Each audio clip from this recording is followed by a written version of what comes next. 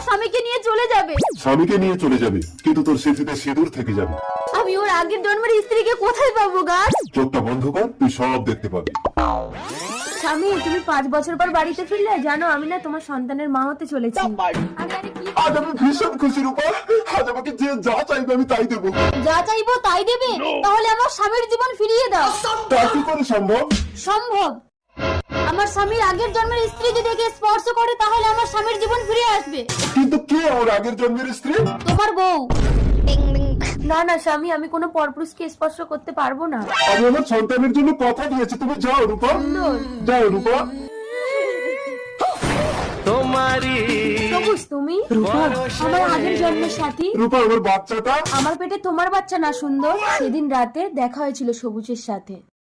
सपने में मिलती है, तो मिलती है।